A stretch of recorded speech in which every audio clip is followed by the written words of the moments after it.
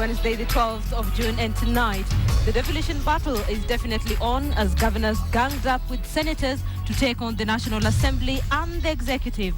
Today, they took the battles to the corridors of justice. And as the daggers were drawn, President Uhuru Kenyatta, after assenting to the controversial bill, was shifting his focus elsewhere. The fight against graft. Also tonight, 17 police recruits already undergoing training at Kiganjo are busted after presenting forged KCSE certificates to gain admission. This is KTN Prime. I'm Linda Ogutu. Welcome to the program. I'm Eric Njoka. These and more coming up. But first, the highlights. We are convinced that the signing of the Division of Revenue Bill by the President is not in the public interest, and it will most certainly kill devolution. Defending devolution, enraged governors come to town. To be effective in fighting corruption, I call upon anti-corruption agencies to map all key services that are demanded by wananchi on regular basis. Uhuru's war on graft, is it a lost cause? On 18th, the teachers will leave the classrooms to go and look for their money. No pay, no work. Post-primary teachers sound the war cry. I do not see as much harm related to recreational use of cannabis as that related to other drugs. To me, I would equate it to eating our own intestines as a country. And which way marijuana, separating fact from fiction on Perspective.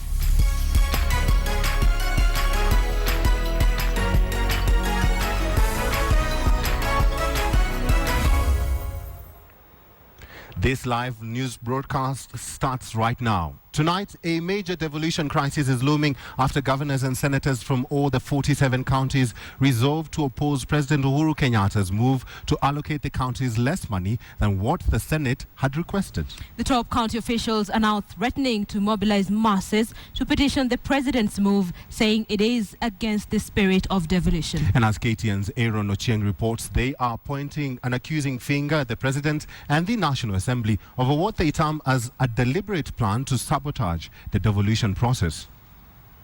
It is now an all-out devolution war, pitting senators and governors on one side against the National Assembly and the executive led by the president on the other side.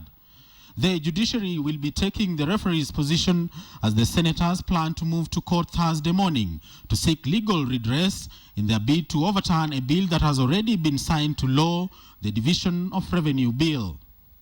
We will collect signatures of Kenyans because we believe they can indeed exercise their sovereignty directly.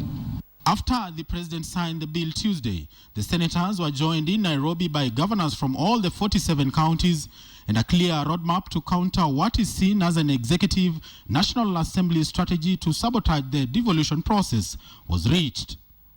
The 3-hour meeting resolved, among other things, to proceed to the Supreme Court to seek an interpretation of the law, seek an amendment to the Constitution so that the role of each of the House is clearly defined, and conduct rallies throughout the country to get the support of the masses. Next week, we will go to the county to address the county assemblies and start the rallies. But the rallies will start from this weekend. The governors and senators, who are also joined by speakers of various county assemblies, say the rush in which the president signed the bill was suspicious, and warned that Kenyans were watching closely the present administration management of its affairs. The excuse being given that the two houses could not agree is a fallacy, because the attempt was never done to see whether the two houses would have a point of convergence on the Division on Revenue Bill. Neither the Senate nor the National Assembly can veto an amendment to the Constitution which has arrived through popular initiatives. All the senators are expected to join their lawyers Thursday morning when they filed a petition at the Supreme Court. The top county officials are saying that the reason given by President Uhuru Kenyatta while signing the controversial Division of Revenue Bill is not convincing, and they are saying the executive and the National Assembly could be hatching a plan to sabotage the devolution process. Aaron Ochieng, KTN, Nairobi. All right, so that story by Aaron Ochieng leads us to a big question tonight. And we're asking you, do you support mass action as suggested by governors and senators? Send your yes or no response plus a brief comment to the number 8040. We will be sampling those just before we end this bulletin. It has been an interesting thing playing out in the public eye, the battle between the National Assembly and the Senate. The Senate now taking this battle to the corridors of justice, and now they are calling for a mass action. Let's see how this goes. Eric Njoka now takes a look at the role of these two houses. Njoka.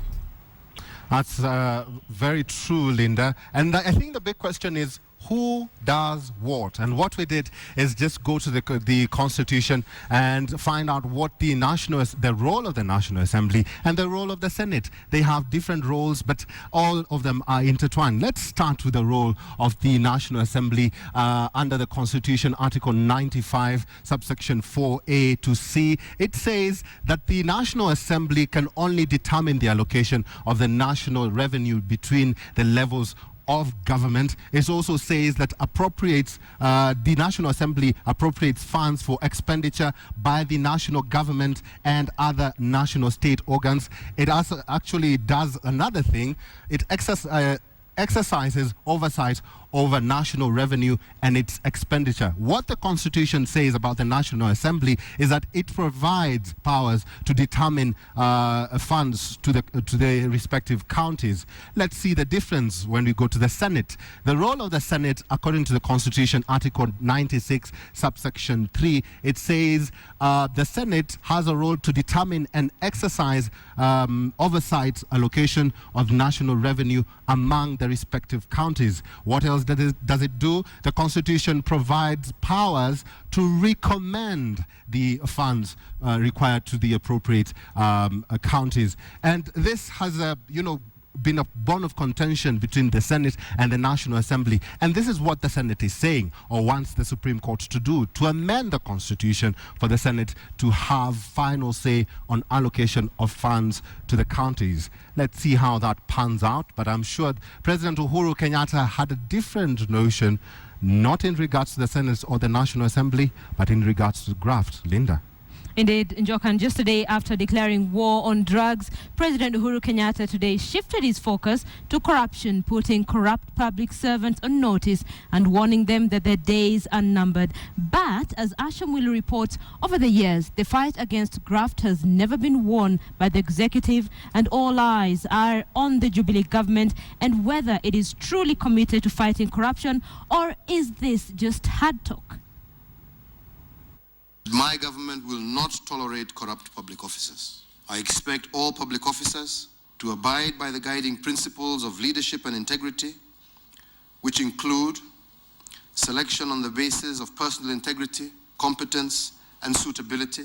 This was the president's hard talk on corruption when he opened the National Leadership and Integrity Conference in Nairobi.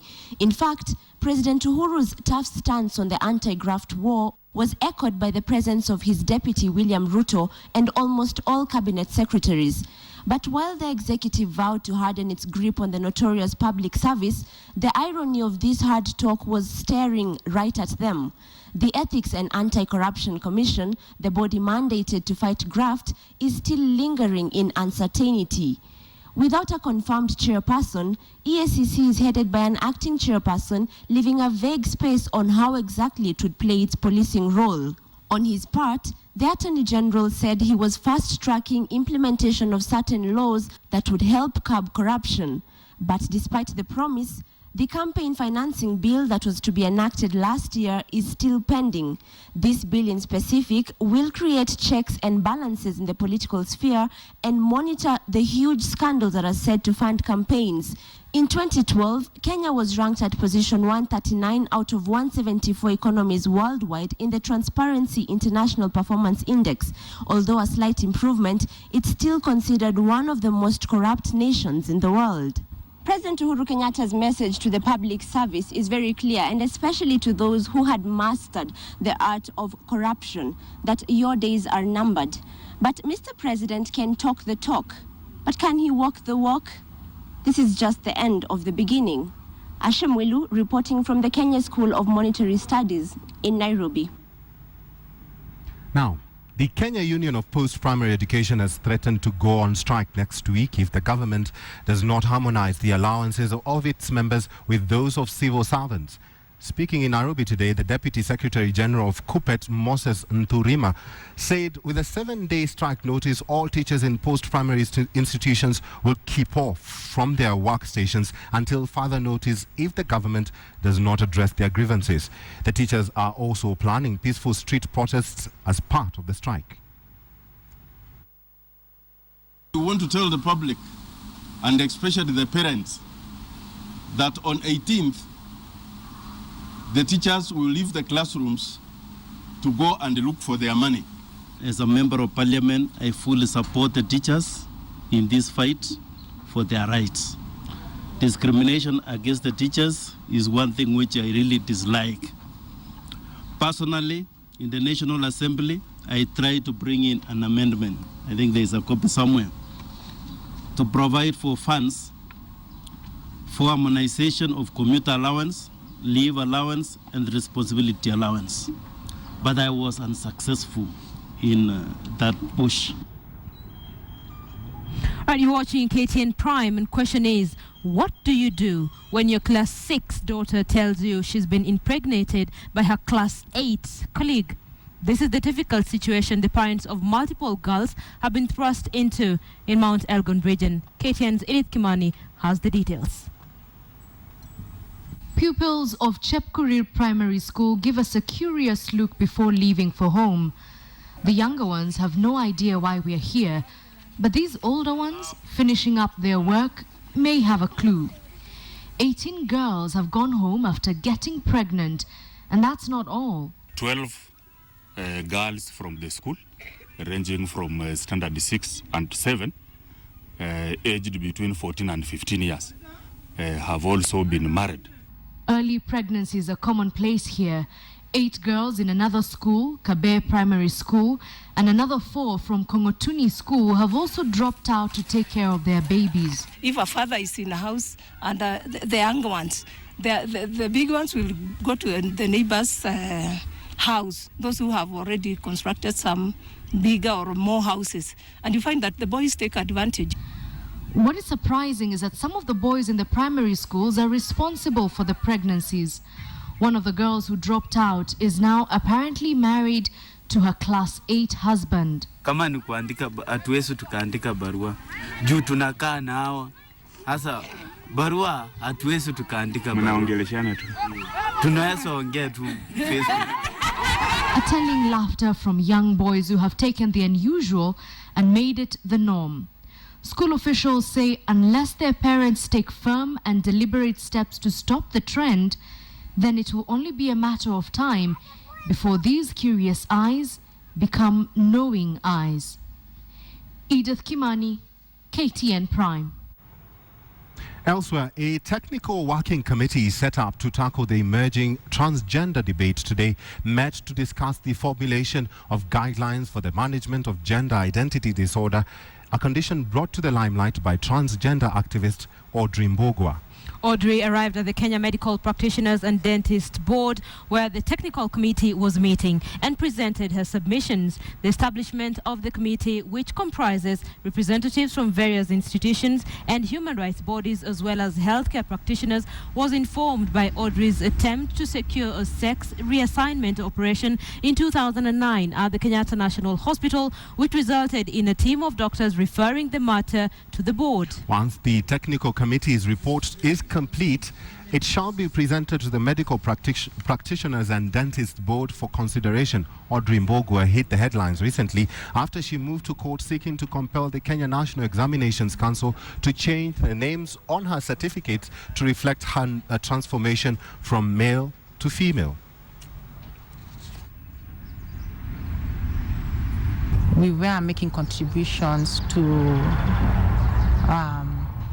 an initiative by the medical board in which the transgender community in Kenya was advocating for the formulation of national guidelines for the management of gender identity disorders.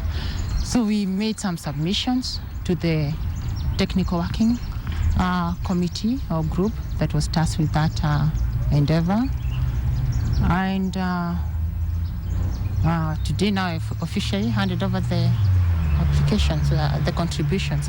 We hope we'll have acceptable guidelines, but we are grateful for this.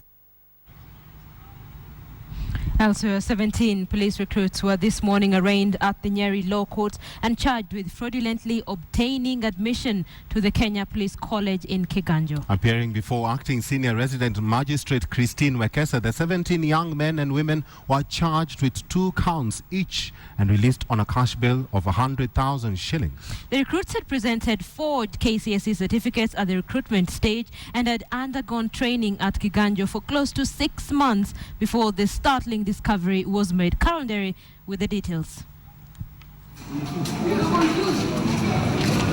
One by one, the accused persons were arraigned at the Nyeri High Court before acting senior resident magistrate Christine Wekesa. 17 of them in total appeared at court number 7 accused of presenting forged Kenya Certificate of Secondary Education certificates. Each was charged with 2 counts, making a document without authority, namely the said KCSE certificate, with an intent to deceive and defraud, contrary to Section 357 of the Penal Code. The 17 young men and women are accused of presenting the fake KCSE certificates on diverse dates, thereby gaining admission to the Kiganjo Police College in Nyeri.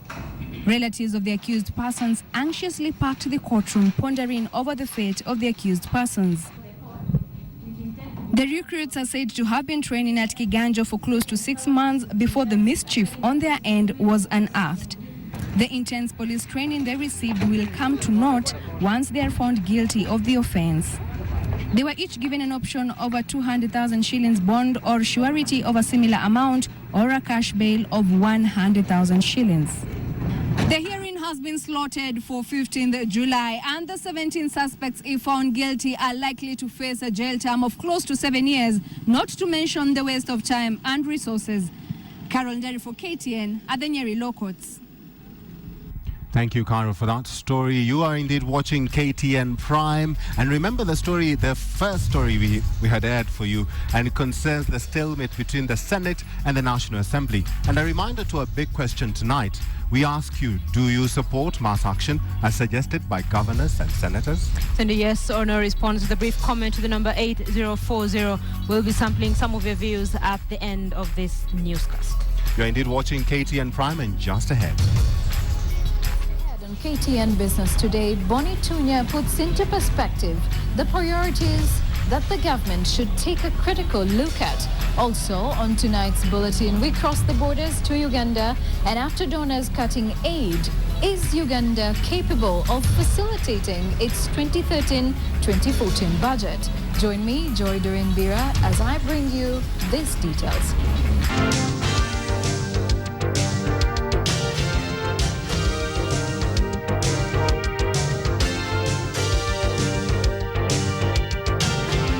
Well, good evening. It's the 12th of June 2013, also the eve of Budget Day across East African countries, Uganda, Kenya, Tanzania, as well as Rwanda. My name is Joy Durimbira. Let's take a look at business.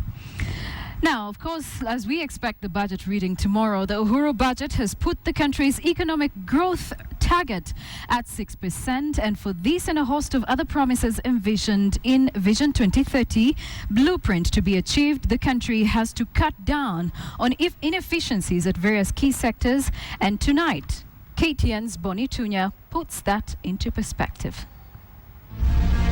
Budget 2013-2014 in association with ICEA Lion Group.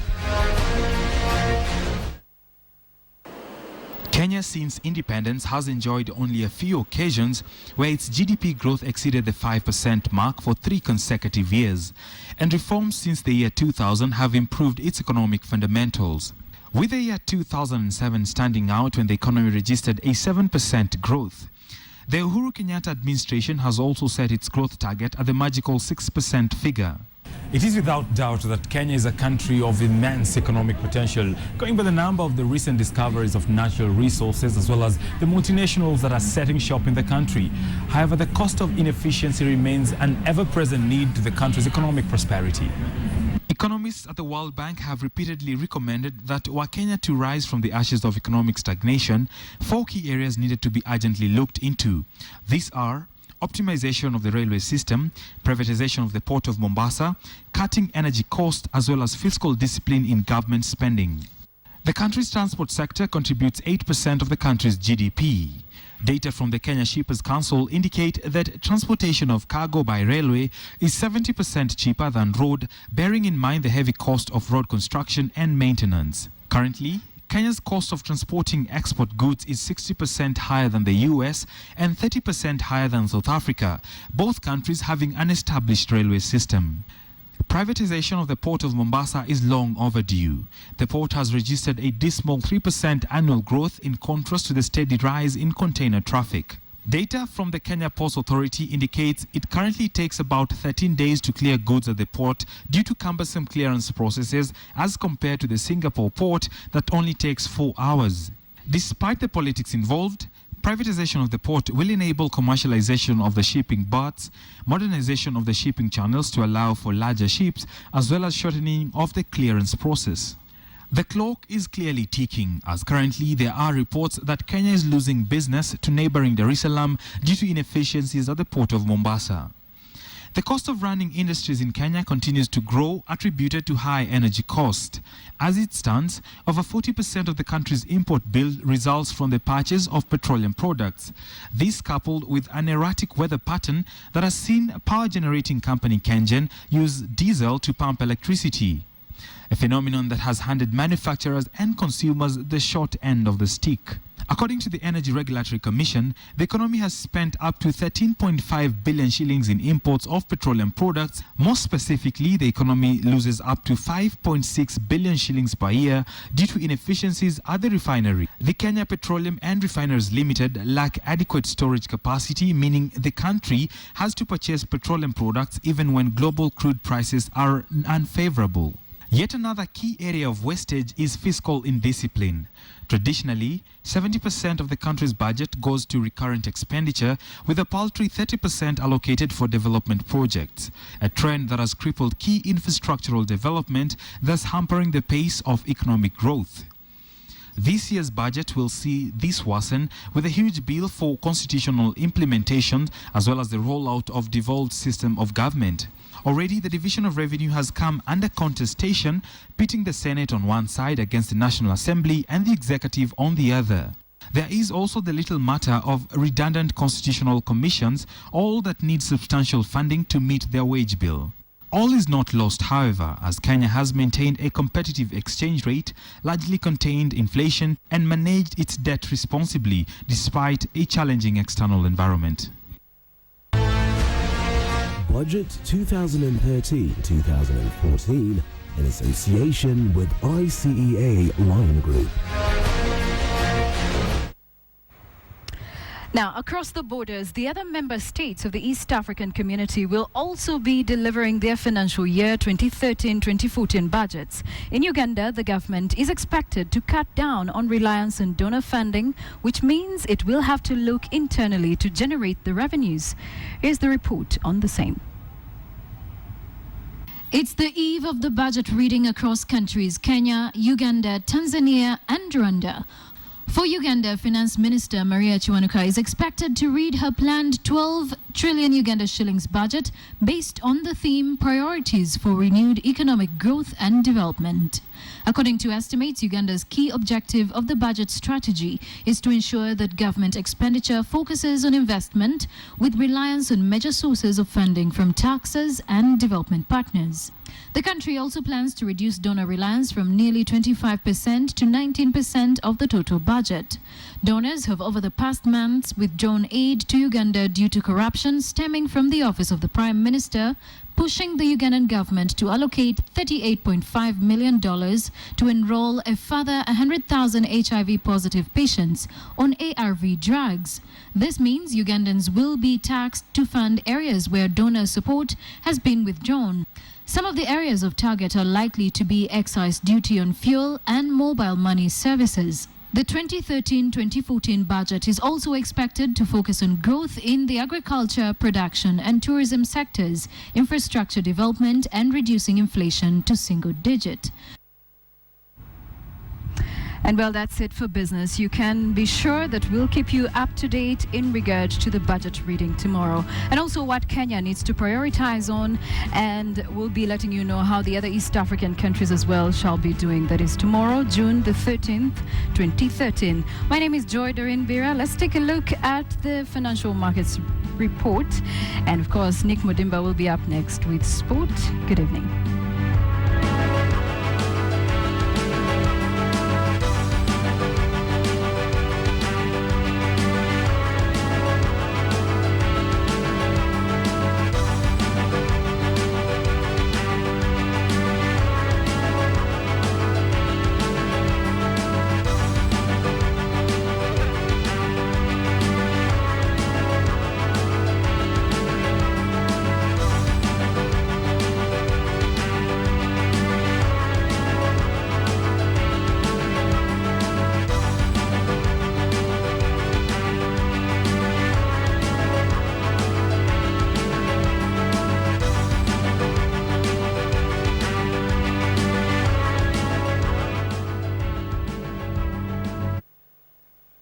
KTN Business Today in association with Safaricom Business.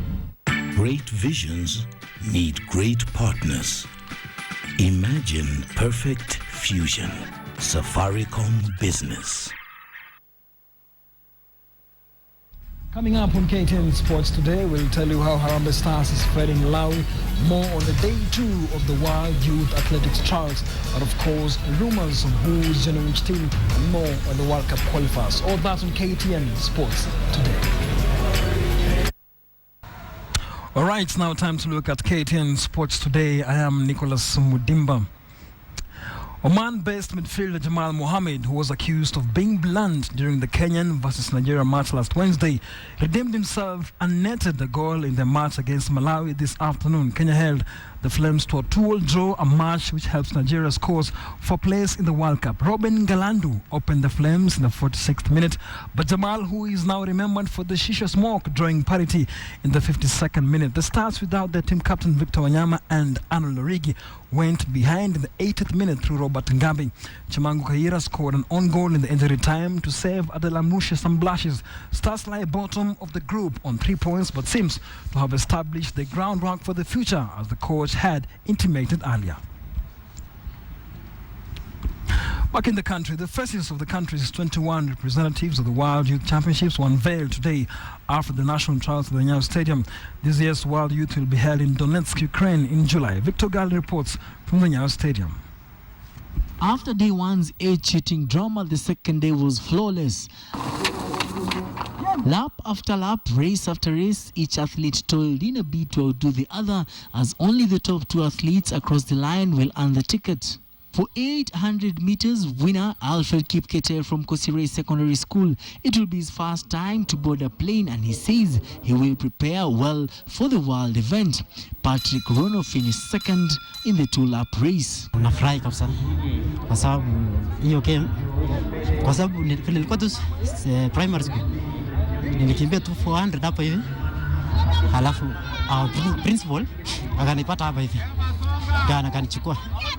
Agnes Mulei beat the National Secondary School champion Jerin Tamaiwa after winning in a time of 2 minutes 6.08 seconds. Mtu haizi make all the years, unapata mtu nikaa ni yeye ana win kila mwaka. Saa nikianza nilikuwa nimeweka kwa akili yangu lazima nishinde hata kaa itakuaje. The highlight race of the day was the men's 3,000 meters steeplechase, where Vidic Kipkoech outclassed Alexander Mutiso on the last lap to win the race in a time of 5 minutes 3.96 seconds ahead of Alexander Mutiso and Daniel Kipkemboi. Lap ya kwanza na ya pili ilikuwa ngumu, lakini tulipofika lap ya tatu sasa mwili kaanza kufunguka, ndio nikaanza kuchomoka sasa. The competition level, as far as I'm concerned, is not bad, because we're talking about the youth. This is age 16 and 17, and you realize that these are usually school going, and we usually pick the best. This qualifying time. The team will be residing at the YMCA hostels while training for the next 2 weeks, and they are expected to fly out on the 5th of July. The journey to Ukraine has officially begun for the World Youth Championships after more than 20 athletes qualified for the event. The team is expected to report to camp this weekend. Victor Ugale, KTN, at the Nyayo National Stadium, Nairobi. Thank you very much, Victor Gale, for that report. Volleyball lovers have something to look forward to this weekend. The Amaco International Tournament serves off at the Eldoret Polytechnic from this Friday to Sunday, where teams from Rwanda, Burundi, Uganda and Tanzania will square it out. African and national champions Kenya Prisons, Pipeline, Nairobi Water, Kenya Commercial Bank and Osirian in women's category will line up in the women's matches, while Kenya Prisons, GSU, Kenya Airways, Sony Sugar and Forest Rangers will be the local teams to watch. We are committed to giving back to society, and we are committed to the welfare of our society, especially in the area of cultural and sporting activities. The check we are receiving here for only 300,000 is only a small portion of the amount of money that Amaco has invested in this tournament. And to get a company which is not so big like Amaco to invest 1.5 million shillings in a one-off event is to us something worth being proud of. All right, now I'll take you back to Linda Ogutu and Eric Njoka, and after that, John Alan Nam will be coming up next with KTN Perspective. That's all for KTN Sports today. I'm Nicholas Mudimba. Have a good night. But you're watching KTN Prime, and just before we go, let's look at our big question tonight. We had asked you, do you support mass action as suggested by governors and senators?